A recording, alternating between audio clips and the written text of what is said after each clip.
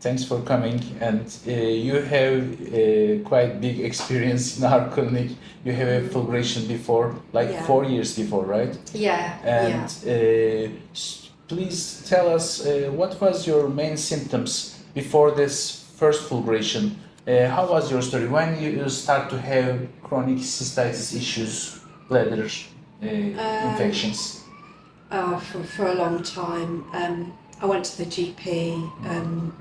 They told me that it wasn't an infection. I've had a couple of cystitis. How many years?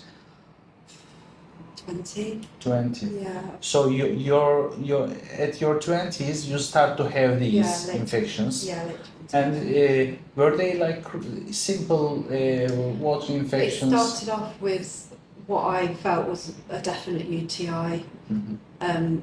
And I went to the doctors. They gave me 3 days of antibiotics. I took those. They didn't work. So I went back again.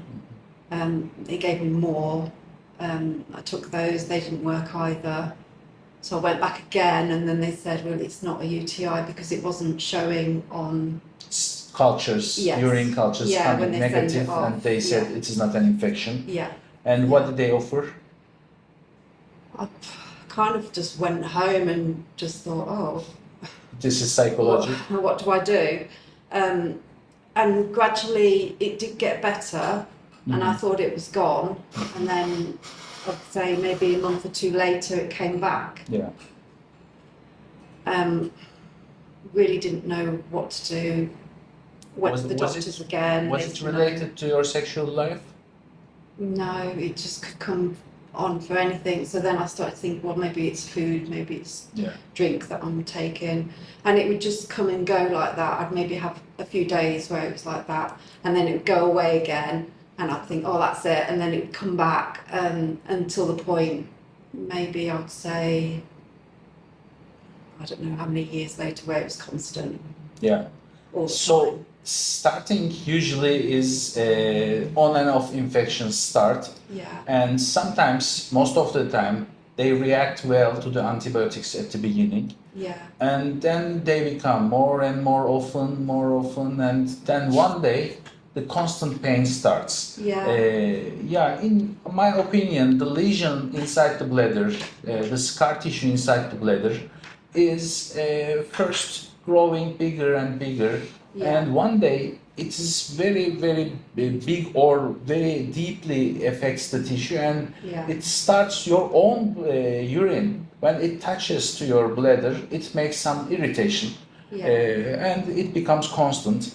Or the buried infections, or the biofilm covered infections, or embedded infections, all of them are the same.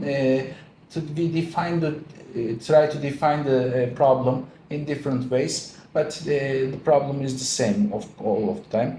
And at some point, if it stays too long, in some patients, the rest of the bladder is also affected, and all the bladder becomes ill.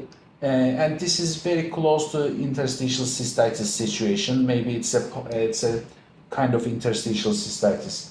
So we did the fulguration in 2021, right? Yeah. How was it after the fulguration? How many weeks does it take for you to feel better, and how long does it stay like this? It instantly felt better than it did before fulguration. So my bladder before that was just always felt heavy, always felt as though there was urine in there, and there was nothing in there. But I would hold it because I knew there wasn't anything. Yeah. So after fulguration, it just felt instantly better.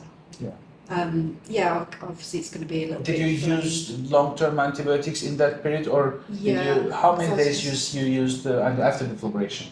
I think I was just so frightened of it coming back that I was on antibiotics for about 3 months. Yeah. Afterwards. Afterwards, you use it for 3 months. Yeah. And which one is that?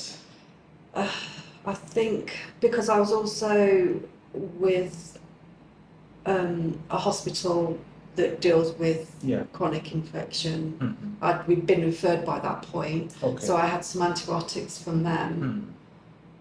Although. Did you use Hiprex? No, because the hip recs always hurt too much. Yeah. For some people, it's very effective and helpful, yeah. and for some of them, because it's an acid-based drug, it Yeah. has too much acidic effect in the bladder. From what I remember, it was cefalexin and comoxiclav. Okay, so Yeah. these are one of the most popular two drugs Yeah. in this situation. If we will use a long-term treatment, we usually use one of these. And then how many years was it good enough, and then how it's come back again? Sorry, I don't. What do you mean? Yeah, I mean, so you become better after the fulguration. Oh yeah, yeah. How many years it was like this? I Why it started back? I would say I had a little bit of bladder sensitivity, but most days my bladder could feel completely normal. It's only been, I would say, the last sort of 6 months where I'm getting a little bit of a niggle, and then it was gradually getting more. And then I'd heard, but I'd seen on a group that because the first time around it's a rigid cystoscopy, the technique had changed, so you could have a look at the complete bladder. So I just thought maybe there's something left. Yeah. So that's why I came back. I just wanted to make sure that everything can be done, can be done. Really, when we did the cystoscopy here, it seems, I will show the screen. Yeah. This is the flexible cystoscope here, and when we look upside down, the upper parts, like 12 o'clock position, starting from 10 o'clock to until 2 o'clock position, so the upper part of the bladder neck, yeah, it is very interestingly invisible with the rigid cystoscope. So here we see the remaining tissues, and let me show it here.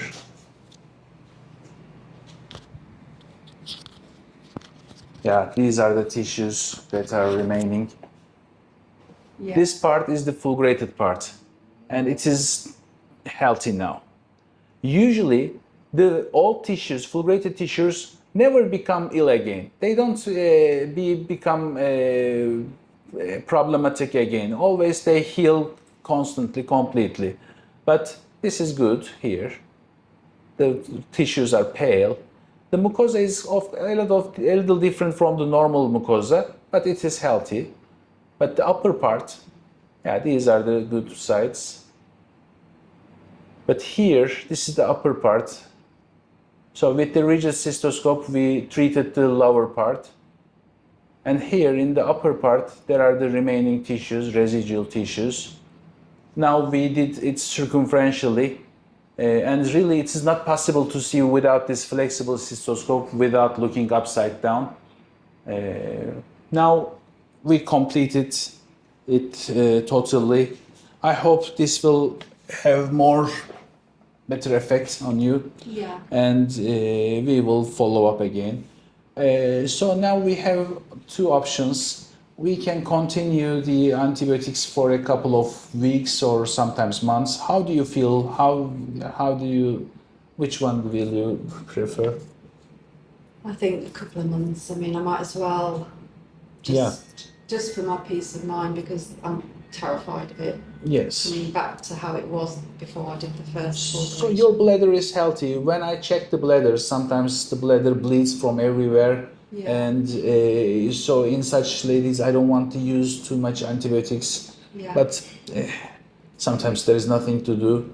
And this is what we see is good. And we fulgurated this part too.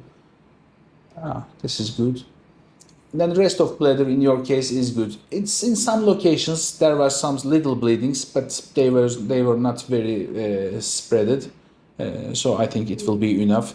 So now we will start some supplements, as we always give some D-mannose cranberry combinations and quercetin, such things, and we will use maybe cephalexin or comoxiclav for 3 months. If you feel very well after 1 month, you can stop. We will be in touch. Yeah. Maybe after 2 months you can stop if you feel completely good. Yeah.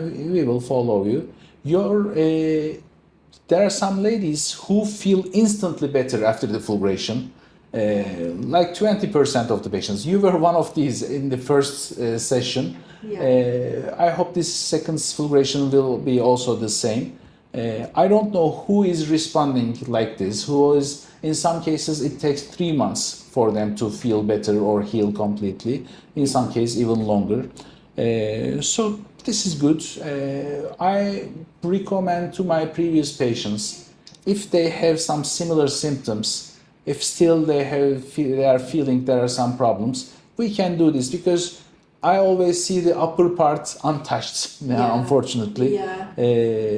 So if we can look one more time, it will be a better solution. Thank you Yeah. for sharing this with us. That's okay. Yeah. No, I mean, I've been to the NHS urologist 2 times, and they've looked and they always said, no, there's nothing. I had Yeah. a biopsy, nothing. Did they do cystoscopy afterwards? After the fulguration? After the fulguration? No, I'm before not- the fulguration, I've had bladder stretches, I've had instills, nothing Yeah, ever worked. yeah. So this is the only thing that's ever worked for me. Yeah, of course, people always ask me why they said there is nothing and you say there is something. Yeah. So this is a different issue, and when I see a Yeah. different issue, I want to neutralize it, I want to fulgurate it, Yeah. and it works. Not in all of the patients. I want to mention this, it's very important, because when somebody see such a videos, they say, okay, it will work for me too. Yeah. It works for 80% of the patients in Turkey and 70% of the patients coming from the UK actually, because there is something different.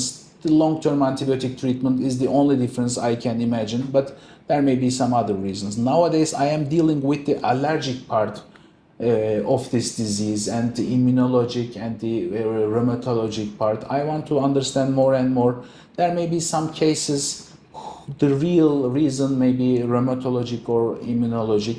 I am trying to give some information to my colleagues Yeah. working on this, because they never see allergy or rheumatology as a reason for cystitis, because these ladies always treated as a cystitis in the urology or gynecology departments. Yeah. They are never consulted to rheumatologists, and maybe this will be a solution for the unsuccessful cases. It's complex, isn't it? Yeah, So, it is. So we are working on this. Thank you for sharing this with That's us. okay. Thank Thank you for Thank you. the fulguration. Thank It's you. been great. Thank you. Thank you, friends.